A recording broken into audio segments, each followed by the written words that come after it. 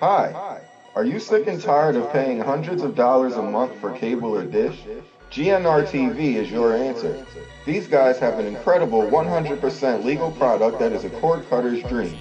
For as low as $25 a month, you will get over 400 HD channels, including all major sports packages, pay per views, premium movies, and entertainment.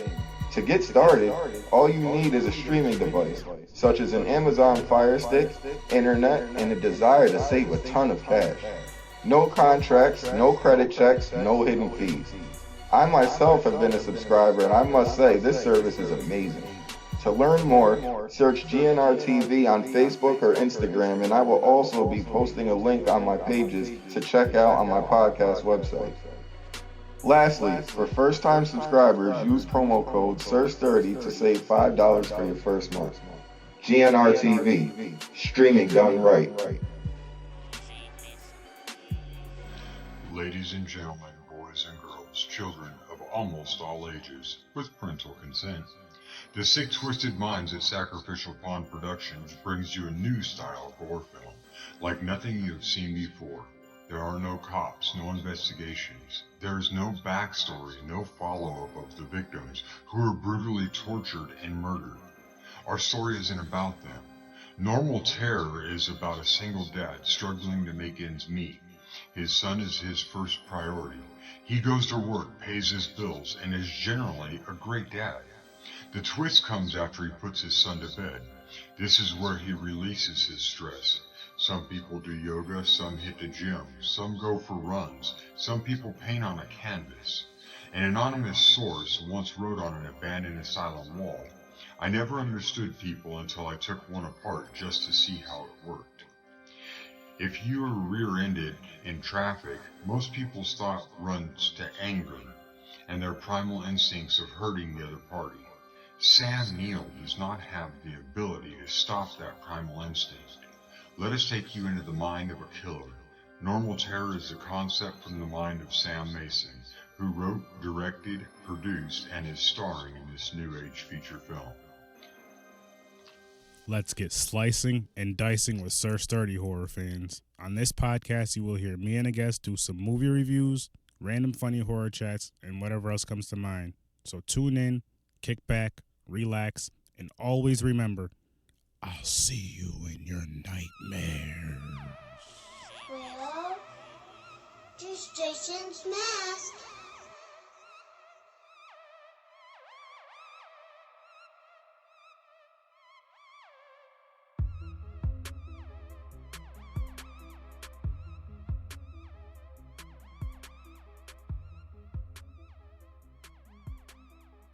Hello, ladies and gentlemen. Welcome to another exciting, awesome episode of Horror with Sir Sturdy. I have the great JV here who runs all the awesome Scarecons. JV, how's it going?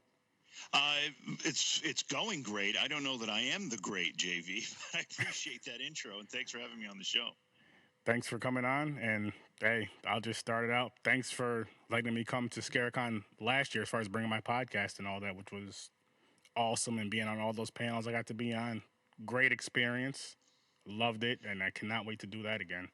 Well, I appreciate your help as well and your involvement. And as you know, I enjoy the involvement of the entire podcast community. I think it's an important part of our market, our community, our industry, if you will.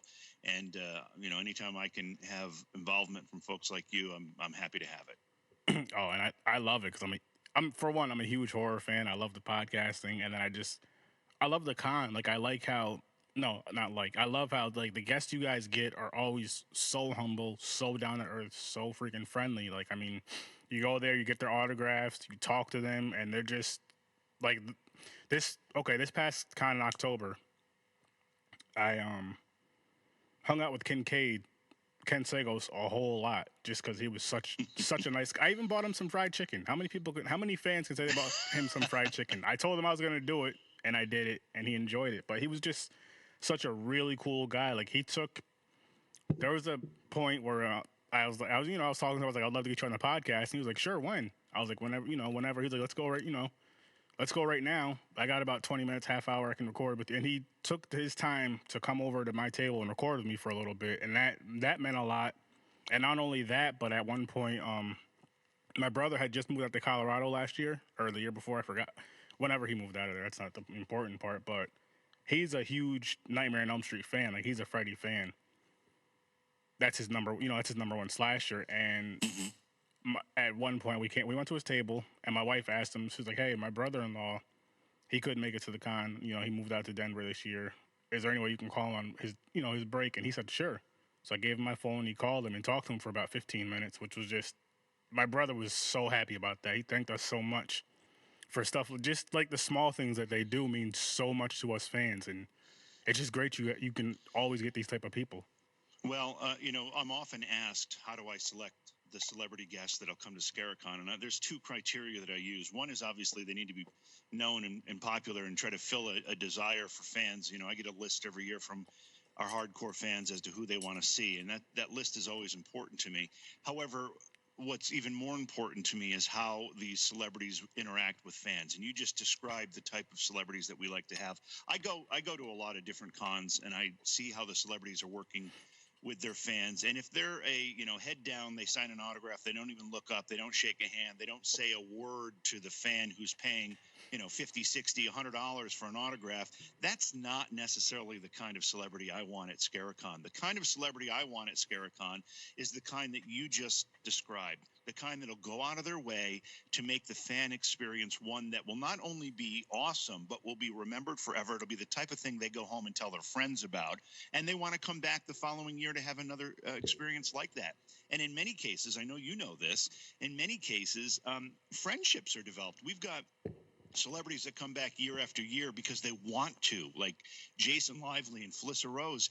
And I call them Scaricon ambassadors because everywhere they go, they talk about Scaricon being their best show. But they've developed real friendships. And, there are dozens of people that come back to Scaricon every year because they want to hang out with Jason Lively again, or they want to see Felissa again because they've become friends. And if I can't deliver that kind of fan experience, then I don't really want to do this work anymore, because I'm not in it for the meat market. I'm not in it for the cattle call lines of, people just throwing money over a table and not even getting a handshake. That's not worth it to me. I and I appreciate that as a fan because I don't know how it works behind the scenes as far as just getting the celebrities and all that. But I'm sure if you wanted to, you can get certain names of people who that aren't really fan friendly, but are just kind of in it for the dollar. I'm sure you can do that if you really wanted to, which would maybe draw more casual fans that just oh, okay, they're in this movie. I want to see him because he's in this movie. Right. Drawing more of the casual fans. But you're sitting here, you're like, you know what? I have hardcore fans that come to this con, hardcore horror fans, and hardcore fans that come to this con because of the experience, because of the love, and like the respect they get as fans with the celebrities that they meet. It's like a back and forth thing. And again, like I said, I really, really appreciate that, and to me, it's just amazing. It really is.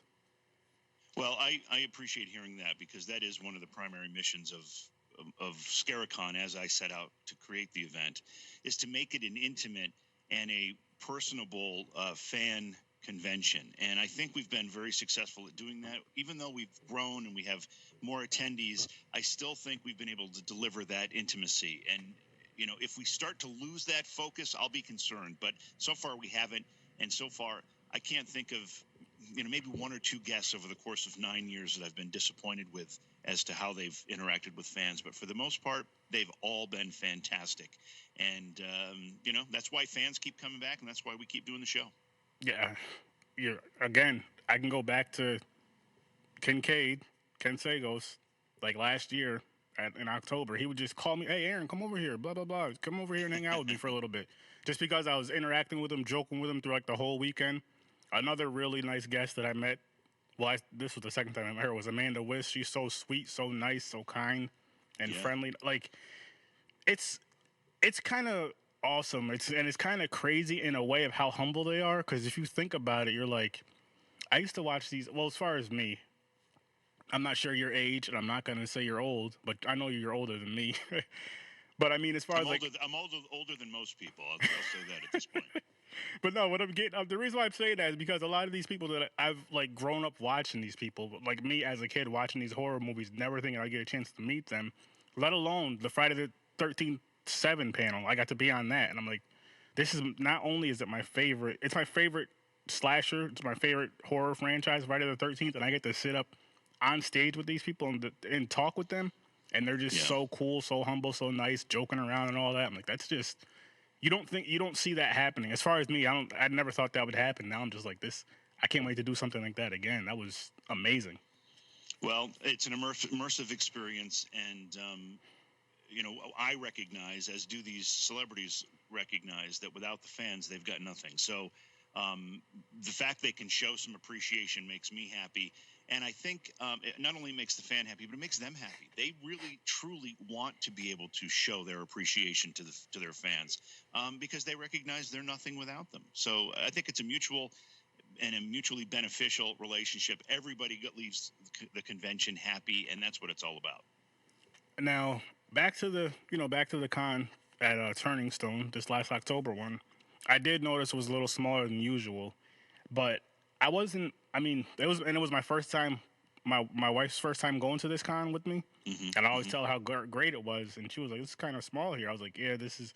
The wall that we were on the podcast, so I was like, usually this is full of vendors and all that too, but I was like, it's on a tough weekend. But at the same time, I feel like that kind of was a little bit smaller and more intimate than the other ones. Not saying the other ones weren't, but just because it was a little smaller, so you kind of had more room to kind of just rub elbows with other people, and which was cool. And me being there, going with my podcast for the very first time, I got to kind of play around a little bit and kind of just experience some things without having to like. I'll say, for example, have my table bum rush. I wish I could have had more at my table, but at the same time, I got to get a little practice, kind of see how it was being behind the table. Now I have that experience, so now I know I'd be ready for a bigger rush, so to speak. And I got to talk to the celebrity guests a whole lot more because it wasn't too crazy around my area. But Yeah, which well, I mean, that's obviously a double-edged sword there. We were disappointed that we were put on a weekend that we didn't want to be on, and that was Turning Stone's decision, not ours. We had no choice, and we knew right out of the blocks that weekend was going to be tough because a lot of the vendors are already committed or they can't leave their retail stores on Halloween weekend. A lot of the celebrities are committed or they're double or triple the price to bring in on that weekend. And just you go down the list. A lot of attendees have parties and things they're already committed to. They just they don't want to leave home on Halloween weekend. So there were strikes against us all the way around. But we decided to move ahead with it instead of not do it because we had considered not doing it last year. wow. But we decided to go ahead with it, and as you said, it worked out fine. It was much smaller than we're used to, but it was still a good con, and I still felt like the people that came had a great time, and the celebrities did well, and got to meet some pretty cool people. So we moved forward, but that's really what precipitated us to move the October show to a new facility for this year, and we'll be for the foreseeable future in Rochester, New York, instead of the Turning Stone facility, which is between Syracuse and Utica, New York. Now, see, that's going to bring me to my next thing. I'll say this real quick, though. The con, every single scare con that I've been to, and I've been going for the past, I want to say 6 years now, maybe 7, I really don't remember. All of them have been excellent, including this last one. I know it was smaller, but it was still a great time. My wife, her first time going to this con, and she had a really good time, too. She had a great time, too. Good. And then as far as the Rochester move, she's real happy about it because she's from out there. So she like her sisters and her family lives out there, so she's excited. And actually, if all goes well, her brother-in-law and her sister are gonna come to the con Oh, nice. this year, which would be cool. And then my brother, who I've been going to the con with I think we went to the con about 5 times together before he moved. He's coming out from Colorado to come to the con, help with the table, obviously get autographs too, but come to the con, help me with the podcasting and all that too. So it's gonna be a really good time. But this Well, brings. Oh, go ahead. Yeah, go ahead. No, I was just going to say I'm excited about the move to Rochester. I think it brings us closer to Buffalo. There are a lot of great horror fans in the Buffalo market, and they'll be an hour away. It's still very close to Syracuse, where we started the convention, and Rochester itself has a great convention and horror community. So I think all in all, it's going to be a great move for us. I'm very excited about it. I mean, I got to travel a little bit further, which isn't a huge deal. But again, now we were just discussing this before we started recording. And I'm going to say this for everybody, I would love to have at least one ScareCon every couple of years if you could do it. At least one in Albany. I just think it would be awesome. And as I said earlier, and now this is on record, if you guys can come to Albany, anything I can do to help, I would do my best to help you guys out. Well, I appreciate that. We've actually looked at the Albany market many times as a possible place to hold an event. When we were at Turning Stone and Springfield, Massachusetts, we felt Albany was a bit redundant for us because, both were kind of close. But now that we've moved west for the October show and east for the Massachusetts New England show, it's kind of opening that market up. So I would not rule it out at this point. I'm just saying, if possible, if you could throw in a show in the middle or something, the third show, boom. ScareCon is such a great con. For people who've never been to ScareCon, if you want a really good experience, and as not even going as like a podcaster, not going as a vendor, just going as a fan. I'm saying this because I've gone as a fan and a podcaster, just going as a fan, going there. It's such a great experience. Go there with the other people that are love horror like you do. Everybody there is so friendly, so helpful, and it's just even the other fans, like just standing in line talking to the other fans, you make friendships like that. And I mean, it's a great experience. It's one of those things where I feel everybody who is a horror fan that can get to a con should experience at least one time in your life. It's one of those things you'll never forget. There's always going to be moments where you're just going to be like, "Wow, this happened. This really happened," or "I really got to meet." For me, I really got to meet, the cast of Friday the 13th. I met a lot of those. I've met so many people at these cons, and you never think you're going to meet them. And then don't skip over the independent horror film people because they do some excellent work. And they can also use our backing too because who knows, maybe one day they'll be the big people there, and you can be like, you know what? Yeah. I bought their very first movie, or that they were in, or they directed, and I have this autographed copy of this very first movie that they were in, and now you see them on the big screens, which it's just it's such a great experience. It's like a kid in a candy store. I guess that's the best way to put it. Yeah, it is, and I will use the word social. Yes. ScareCon is meant to be a social event, whether it's the interaction with the celebrities, a one-on-one intimate interaction with them, or it's fan to fan, or it's vendor to attendee. It doesn't matter. All those interactions are meant to be friendly and social. I mean, that's why there's such an emphasis on our parties. That's why there's such an emphasis on hanging out in the hotel bar when the show hours are done, that kind of thing, because that's where the friendships are made. And I'm glad you pointed that out because that is really, really the core of what ScareCon is about, bringing all these people together to enjoy each other. Yes, I agree, and I need to try to one of these cons. Maybe there's one come up in Rochester. It all depends on the finances. I need to try to get to this VIP thing with my brother and my wife. Hopefully this con we can do it in Rochester because I keep hearing good things about it. Last time I had you on here, you're telling me it's a really good time. And this Well, year, if that's happening, we would actually be staying at that where the con is at. We'd actually be staying there, so we don't have to worry about having a designated driver because we would be right in the facility. Yeah, that helps a lot. Yeah, the VIP party that we have is a bit unique. At least that's what I'm told. I haven't done many other cons VIP parties, but ours has an open bar, live music entertainment. It's a 2-hour party, and the celebrities love coming to ours. I've been to many where the celebrities don't even show up, but ours are contracted to come, but I don't even need to contract them to come because they want to be there because it's such a good time. And then, there's nothing like talking to your favorite celebrity after they've had a cocktail and they loosen up a little bit, then all of a sudden you start to have the real conversations with them and you get the real selfies and you're hugging and you're shaking hands. And that only happens at the ScareCon VIP party. It's a pretty cool thing. Yeah, I definitely want to check those out too because it just like I said again, it sounds like a great time. I can only imagine how fun it could be talking to the celebrities then because of how fun it is talking to them when they're behind their tables and all that. It's an awesome experience.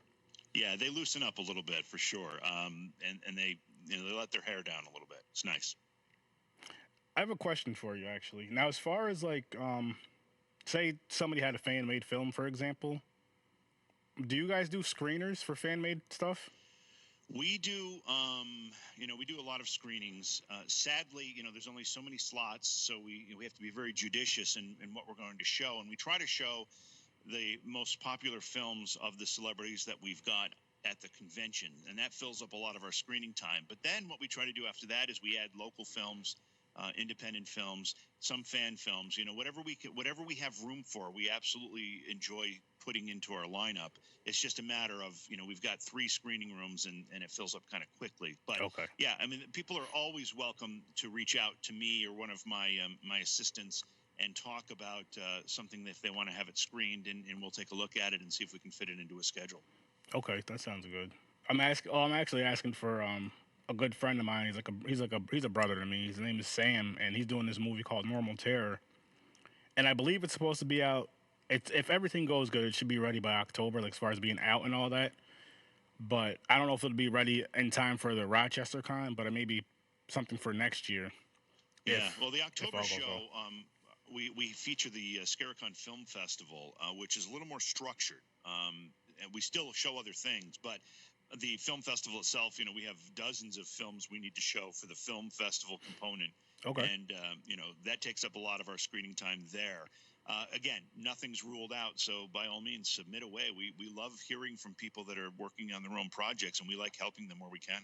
I'm definitely gonna let them know that, and any other film people that I talk to, independent film people I talk to, I will definitely let them know that.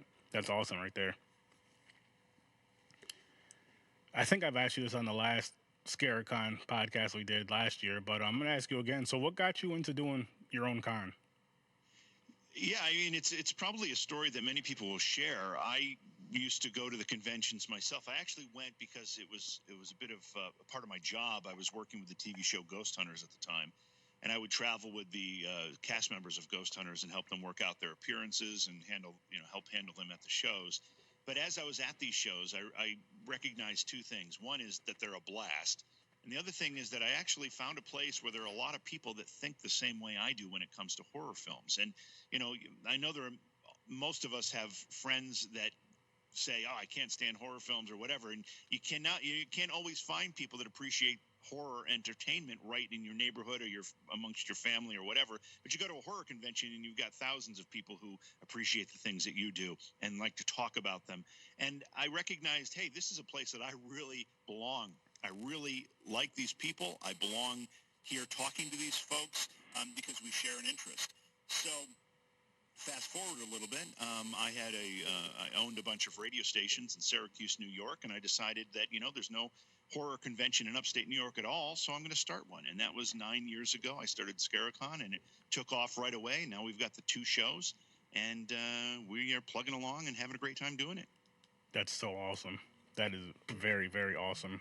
And I actually want to give a quick shout out to some podcasters. A podcast that's going to be there. Their names are Joe, Eric, and Todd. 3 guys at horror. They're going to be at the New England Con. Yep. Awesome, excellent podcast. And for those of you, I'm going to have this episode out as soon as possible. Definitely go check their table out. Those guys are awesome. Their podcast is awesome, and we will be working together in the future at some point. Yeah, I'm one of the things I'm excited about in this particular Scaricon is that we're introducing our Podcaster Awards. It's the first annual, which means they'll be happening every year. But as a broadcaster myself, I recognize the evolution of broadcasting, moving from traditional radio broadcasting to internet-based broadcasting and podcasting. And I also know that the podcast community, particularly when it comes to the horror entertainment genre, is really the life's blood. It's the conduit between information and fan, and there is no better or more intimate way to have a dialogue about the entertainment that we love, that we know is horror. And those podcasts and people like you need to be recognized for the work they do. And we started by giving podcasters tables at our events, and now we've expanded that to offering these awards. And this is the first one we're doing. We've got 6 awards we're doing this year. We'll be expanding that in subsequent years, but we're just excited to be able to recognize and honor the podcast community. That's so awesome. Yeah, I'm up for 2 of them. I don't know if I'll still be eligible because I won't be able to make this con or not, but yeah, no, attendance isn't required to win. It's encouraged, obviously, but it's not required. But so is this just going to be at the New England Con every year, or you're not sure? Okay. No, it'll be at the New England Con each year. We do the film festival at the the upstate New York convention, the October one, and then we'll be doing the podcast awards at the June/New England show. Awesome. Well, I'll be at the next one. I will be at that next one. Cool.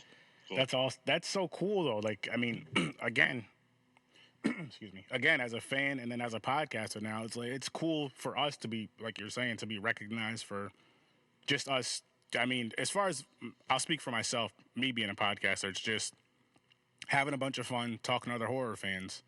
It's just talking horror Well, movies, anything to do with horror, we'll just discuss it and have a great time with it, joke around and all that. And it's cool to be recognized for something like that because it is, I mean, it is hard work in a sense of, I guess, getting people. The hardest part for me, I guess, would be getting people together and all that, and getting stuff out there. But it's fun at the same time, so I don't look at it as like work. well, it's a labor of passion. It's a labor of love. Nobody's getting rich doing this. Nobody's breaking any through any barriers. This is done because we love doing it. You love doing it. You love talking about it. And for those who listen, frequently it's underappreciated as to how much work goes into it. You said it's not that hard, but it is hard. It's hard to be committed to a schedule to do anything every once a week or once a month True. or whatever it happens to be. It's hard to line up guests for each one of those shows. It's hard to edit it down and get it up. I mean, these are all things that, especially if you're doing it, frequently and over a long period of time, it requires a real commitment. And that commitment comes from a passion for what you're doing, not from a monetary gain by any means, as we all know. Oh yeah, I'll say this right now for anybody who wants to start up their own podcast, whether it be whatever the genre is, horror, whatever. Don't look into this as a monetary gain. Do not do that at all because if you do, you'll be very upset and very disappointed. Very disappointed. Yes. I'm not saying that it can't happen, but it's very rare. It takes a hell of a lot more hard work than you really think it does, and just don't go into it like that. And you won't go. I feel like, and I mentioned this before actually on the podcasting panel we had at the OctoberCon. If you're going into this based on money, you're not going to be as passionate about it as if you're going into this based on just having a good time, laughing, talking horror, and you'll actually make it further and last longer as a podcaster doing it for passion, not for money, not for monetary gain, because you're just going to lose interest. It'd be if you're doing it like that. Honestly, I know you make money going to work, but it'd be like going to work every day. Not everybody wants to go to work every day because not most people don't have their dream job. So it'd be like going to work every day, like, oh, I'm here again, and you're not gonna be as enthusiastic about it as if you're just doing this just for fun. And if you get lucky and you get paid, hey, cool, you get a couple of dollars for doing your hobby, for doing something you're passionate about. But other than that, have fun with these things. Yeah, and then those couple of dollars might go to offset a fraction of the cost of the equipment that you've bought to make it happen. What I find is that successful podcasters, even when you want to gauge them on a monetary basis, if you're going to be successful, it can only work if you're doing it because you love doing it.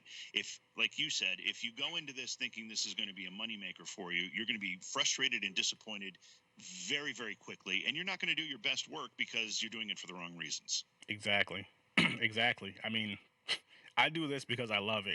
It's fun. It's so fun. You meet so many people, and who doesn't want to talk about horror? Just talk hours upon hours about horror movies, TV shows, whatever, games, anything. Just get it all out there.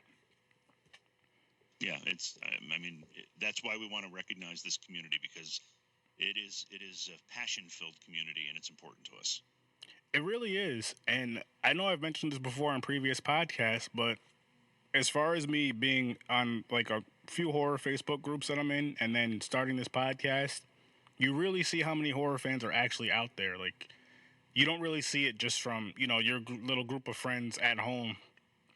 But once you get onto this, you're just like, there's really a whole lot of horror fans out there, and they're real passionate about it. Like, I'll say this, for example, again, going back to ScareCon, I feel every single con I went to, as far as the people that attended it as fans, I feel like everybody there was a fan. I cannot say that about every single type of con. And nothing against Comic Cons and stuff like that, because I enjoy those too. But I feel as far as like, if you bring your significant other to those, I feel like at times they're being dragged to those. But as far as a horror con, I feel everybody's there they love it. Everybody's dressing up or wearing some sort of shirt, makeup. They're doing something. And I'm just like, this is just, it's beautiful. And you don't really, at these cons too, like, you can talk about a movie like Jaws. You know, everybody that heard about Jaws. You can talk about a movie like Terrifier, or you can talk about a movie like Thanksgiving. I love that Right, freaking movie right, with a killer right. turkey, Yeah, and yeah, you're gonna find you could talk to 100 people, and about 25 of those people will like Thanksgiving. You can't really say that about. That's one thing I really do love about horror, and I say this all the time: is you can watch again, let's say a big screen movie or a B-rated, quote unquote B-rated movie, and you can't really do that with every single genre as far as movies go, because I feel. I mean, I'm not gonna say you can't with any other genre. I just feel like you can't. You know, you won't appreciate it as much. Like a horror fan, hey, I could say, hey, listen, there's a movie with a killer tire. Oh, cool, I want to see that. Now you could say, as a comic book fan, you know, hey, there's a movie about a superhero tire. That sounds kind of stupid. I don't know if I really want to watch that. It doesn't have the same, you know, it doesn't have the same thing to it. yeah. Horror fans are willing to accept films with high production values, and they'll like them, and then they'll turn around and take independent films with low production values but a clever idea, and they'll love them just as much. And I don't know that there's any other genre that'll accept campiness in their films, intentional campiness or intentional tongue-in-cheek approach to filmmaking. And horror does that. It does that and more. And horror fans are not only forgiving, but they're welcoming of all of those approaches to their craft, and that's what makes it unique. You're absolutely right. I agree with everything you said. It's so true, and you find it kind of funny though, because if you really think about it, you're like, you know, for someone who's not a horror fan, like how good could a movie be about a killer freaking turkey, for example? And I'm like, hey, it's actually hilarious. Or, Right. or another movie which I actually got at Scarecon last year. I bought the DVD, I bought the Blu-ray, and I got a little figure from it. Was House Shark. Hilarious movie, highly recommended. Go buy the Blu-ray if you're a horror fan. You don't have it yet. Got it signed by and the cool thing was when I went there and got it signed, I believe it was one of the producers and one of the actors. I cannot remember, and I'm sorry for that. But I go there and I'm like, hey, can you sign this for me? Like, you really want? Yeah, I really want your sick. Like, I really want you guys to sign this. You guys have something to do with this movie. I want you guys to sign this. Just like if I were to go to Kane Hodder, have him sign a Friday the 13th movie, I want you guys to sign this movie. Yeah, Ron Bonk was the I think Yes. writer director of that film, and Ron is actually the guy that runs the Scarecon Film Festival at the October Oh, show. that's awesome. Yeah, yeah, he's I'm a good actually, guy. he's real cool. I've talked to him at the con. I've talked to him. I'm friends with him on Facebook, and I actually told him I want to get him on here one of these days, which I'm gonna do. But isn't he's local too? He's from the Syracuse area, right? Yeah, he lives right in Syracuse. Yep. So that's even better. That's even more awesome to support. You know, upstate New York type of thing. I like it. I love it. Yeah, it's good. So he does a lot of work. He's been in the business a long time. How long has the film fest been going on? We started at we kind of did it the first year, which would have been 2011, but it wasn't very sophisticated at that point. It was really when we moved to Turning Stone the second year that we launched it in full force. So it's been going on. That was 2012. It's been, what are we, so 7 years now? Okay. Yeah, this would be the 8th year. Oh, okay. That's cool. I got to start paying more attention to that when I'm out in Rochester this year because I didn't even know. Yeah, That's cool. We get a lot of great submissions. We've had some really great films win. We judge in a whole bunch of different categories. It's a nice part of the October Scarecon for sure. Yeah, that is. And then the podcast awards thing. I'm so disappointed. I'm gonna miss it this year. I can't wait till next year. But I'm really excited about this. Like, win or lose, I don't care about that really. It'd be awesome to win, but just for one, just being in the conversation's awesome. And then just again, like I said, just having that for horror podcasters is just amazing. And I can't wait to be there in person to see how this is actually going to go down, like how how it goes. Yeah, we're excited to host it, to do it, to deliver it, and we're also really excited about the reaction it's been receiving, and it's only going to get bigger for sure. Oh, I agree 1,000,000% on that, and thank you for that. I should say that. Thank you for that, recognizing us podcasters. Well, like I said, as a broadcaster, I know how much goes into it, and I did it as a career, and I know that people who are doing the podcasting part of the broadcasting community don't necessarily, they have day jobs too, and for the most part. So I did. again, we all circle back to it's a labor of love, and they deserve to be recognized. And June 7th through the 9th in Framingham, Massachusetts, we're going to make sure they're recognized. That's like music to my ears. And again, anybody who can get to these cons, just go to them. Go to these cons, and I promise you, you will not regret it. It'll be one of the greatest things you can do. And have some time, spend some money, get some good food, get some stuff signed, buy some cool things. And I'm going to say this again. I say this a lot. If you see a figure there that you really want and you know you can afford it, buy it. Because I am still kicking myself, and I talked to you about this in October, JV. Pamela Voorhees. 2 or 3 years ago, I seen it at a con for $90 in the box. The box was a little dinged up, but other than that, perfect. Haven't seen it since. I walked past it, and I'm still like, why? This past con, I was like, if I see it, I'm getting it. Didn't see it, and I'm gonna be shooting again for Rochester. I'll just say that. So any of you vendors out there, if you got that Pamela Voorhees figure, bring it. I have people talk about that all the time. I have people at the convention, and they'll come up and they'll say, geez, I really want to get that autograph from, so-and-so, but it's $40. I don't. I'm like, listen, when are you going to have this opportunity again? Go spend the $40. If you can make the $40 back, you won't even notice the difference in a month, but you'll have that autograph forever. And, they end up doing it because I've heard this story so many times. Geez, I really wish I had done that. I don't know why I didn't do it, that kind of thing. And while you're there, take advantage of it every time. I agree 100%. My whole thing was, I was like, I have the money, but I wanted to look around and see what else was there in case I wanted a bunch of other things. Right. And I did buy those other things, but those other things that I got, I don't even remember what it was because it was a few years back.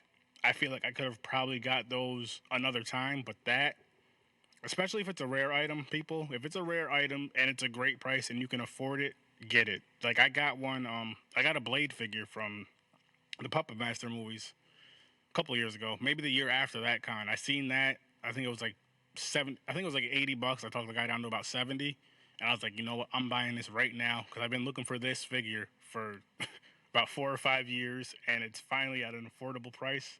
Out of the box, fine. It's in great condition. Got it, and I'm happy I got that one. If I would have walked away from that, I would have been really disappointed in myself. Like, come on, you did this twice now. Yeah, well, if you're coming to Scaricon for the first time, you're going to find a lot of vendors that have stuff like that, and you're going to want to be prepared because you used the phrase "kid in the candy store." There's no better way to describe what it feels like to be a horror fan walking around the show floor with all those vendors with all that really cool stuff right in front of you. You're going to want to take a lot of it home. I'll say this to you, to everybody out there who's going to these cons.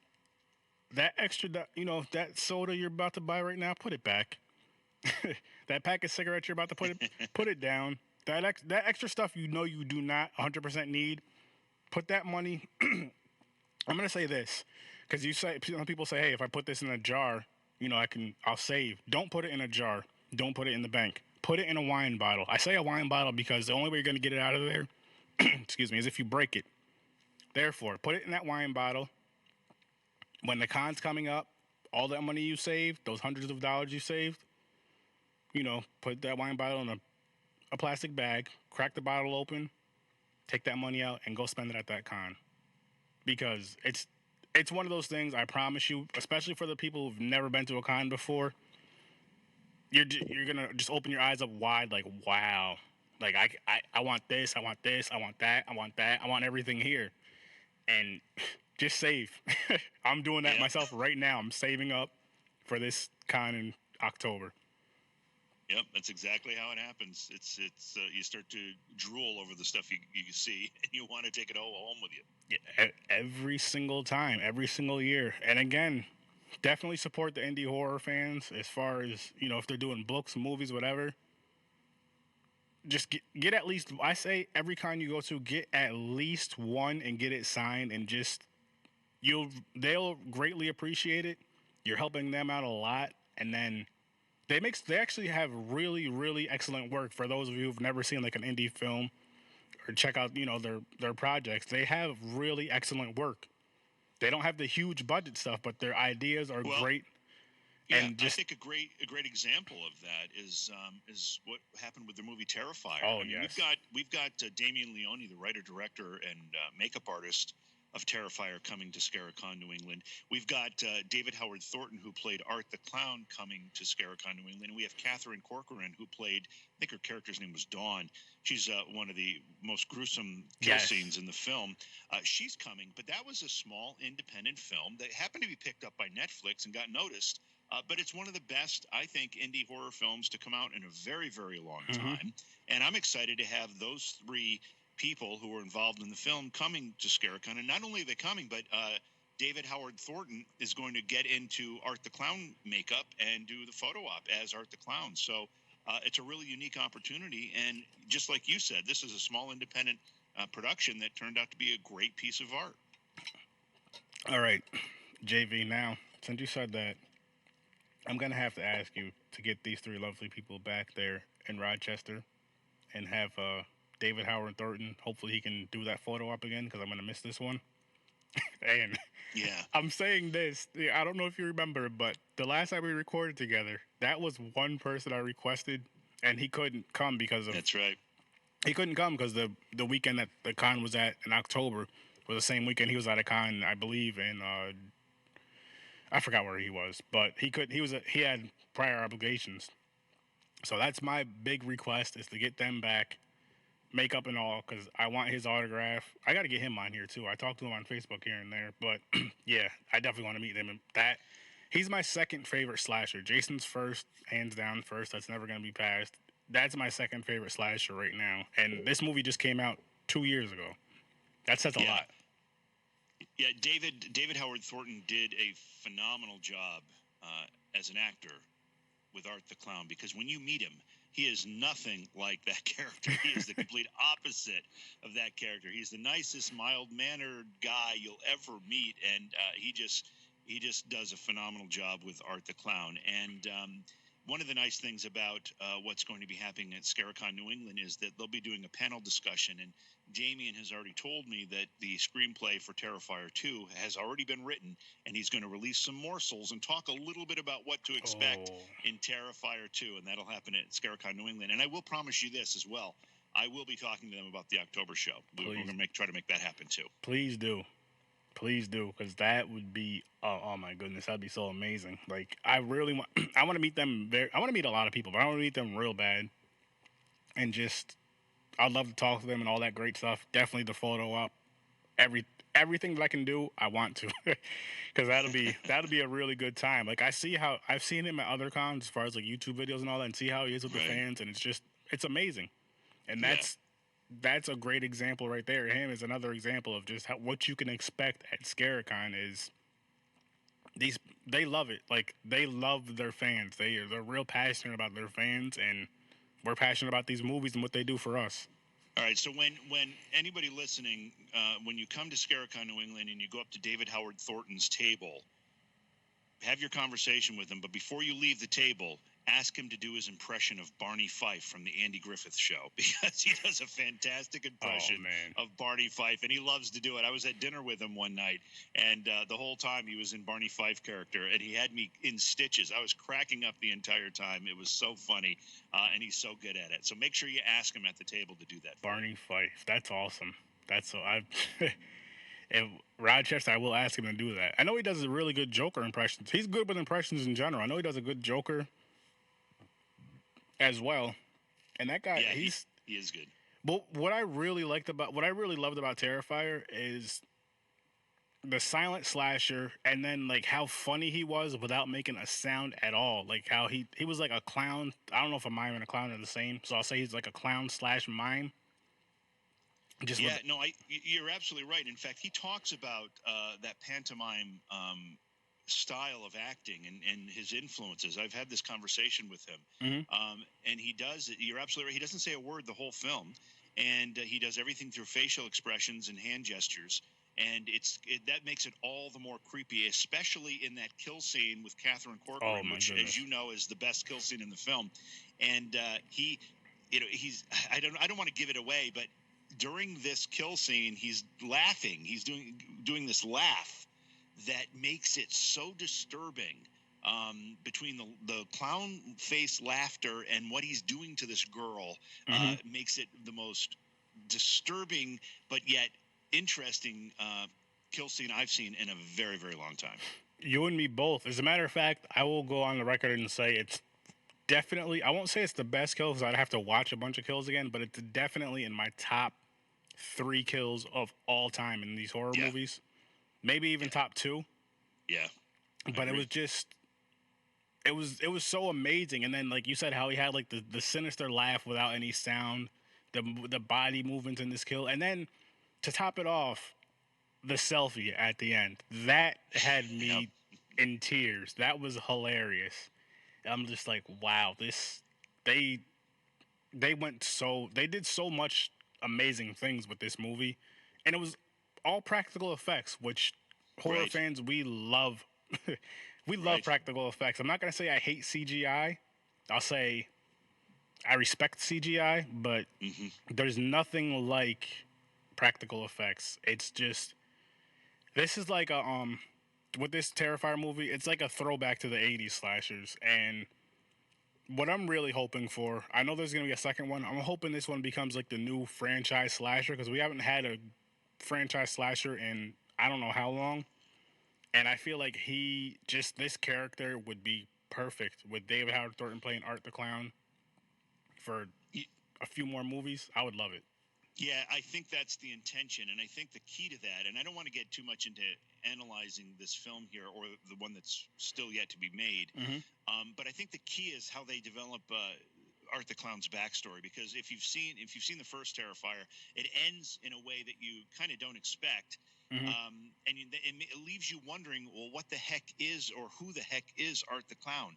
Because he's not what you think he is because of what happens. So they're going to develop that backstory in the second film, and I think how they do that will determine how much longevity this has. If they do it right, this could be a 5 or 6 film series or more. If they don't do it right, I don't know. I'm not one to say, but I think that's going to be really important how they develop that. I actually have a lot of I don't want to say I have a lot of I have high hopes for the movie for one, but I really think that they can pull it off. Just by the way, yeah, I think so too. I think they've got the goods, definitely. Yeah, and I was gonna say just because I don't know how much the budget was for the first movie, but I know they said the budget was very low, and from the hit that this movie was with with the movie, I feel like their budget can be bigger, and that right there can help them out a lot. And it's just the acting of David Howard Thornton. Everybody did a great job acting. I'm not gonna just say that. But I'm just saying because he's like the main character. He's the main guy, Art the Clown. That acting, the body movement, everything he did was just perfect. It was great, and I feel that alone can help them make at least 1 or 2 more movies. But again, like you're saying, it depends on what they do with the backstory. They have to have some sort of a backstory. And I was actually just discussing this with my brother the other day. I wouldn't even be mad if they just gave you a piece of the backstory for this one and just gave you a little bit more from each movie, as to why he is the way he is and what happened. I did a podcast on that if you want to hear spoilers already, ladies and gentlemen, so you can go back to that. I'm not going to spoil it on this, but like why he is the way he is and just what happened. If they can just give you little bits and pieces, little chunks throughout a few movies, and of course more awesome kills. I don't know how they're going to top that one kill. But yeah, they set the standard pretty high there for all those things. But again, in talking with Damien Leone, I think he's up to the task. I think he's a really talented, young, up-and-coming filmmaker who's got a bright future. I'm anxious to see Terrifier 2, and I'm anxious to see any other work that he does because I think he's a shining star in our industry. I'm with you 1,000,000% on that. I've been championing this movie for a long time now, and I'm going to keep doing it. And I can't wait for the sequel or sequels. And this is one of those movies where, again, I want it to be just an amazing franchise, like a nice, fun franchise that like the ones we had from the '80s. We had the Halloweens, the Friday the 13th, Jason, Chucky, all that stuff. Not as silly as Chucky was towards the end, but in general, you have that cult fan base. I hope this is one of those movies that has that cult fan base for the franchise. It certainly has the potential, and I think just the very nature of how many people are talking about it and how popular David is at the conventions is an indication of how well this is going to continue to do. Oh, I got another question for you. Did you guys ever find anybody to do your YouTube channel? Oh, you mean that the job posting that we had? Is that what you're talking about? Yeah, the ScareCon YouTube. Yeah. Yeah, we did have some applicants. We've actually put that project on hold for a little while, just until we get through this ScareCon New England show, June 7th through the 9th. Obviously we got really busy with that. So once we get through the show in a couple weeks, we're going to revisit this project and start that process again. Okay. Yeah, because I wanted to know like what you guys needed, what you were looking for with that, and all that. I don't know if you want to discuss it on here or to talk about that off the record. Yeah, no, I really don't want to talk about on. I'm just not prepared to talk about it on here. Not that I'm trying to keep any secrets. I just like I said, that project is kind of put on hold until we get through ScareCon New England. Sounds good. I will get that out of him, though, ladies and gents. I promise that as soon as this other ScareCon's over with, when he has the free time, we'll get it out there to everybody. And I'm saying that I don't know anything about it. I promise you that. I don't know anything, just what I asked him right now. But once everything's set in stone, we'll get it out there. I don't know. I love ScareCon. Like, I love horror. I love these cons. I have such a great time. And again, I just really appreciate and respect the show you guys put on for us. Well, thanks. I want to say something because I don't know how much time we have left here. But one of the things I'm really excited about in this upcoming ScareCon New England in Framingham is the 40th anniversary of Phantasm. I'm not sure if you personally are a Phantasm fan, but it's one of the ones that I saw as a kid that really started my passion for horror. Mm-hmm. And we've got 4 of the cast members. The only one that's missing is Angus Scrimm, who sadly passed away a couple of years ago. So we've got the 4 main cast members, plus the writer-director Don Coscarelli, who's done a lot of other work as well, all attending ScareCon. This may be the only group attendance, maybe the only time all 5 of them are together this year. And again, it's the 40th anniversary of Phantasm, and I think it's either the 30th or the 25th anniversary of Phantasm 3.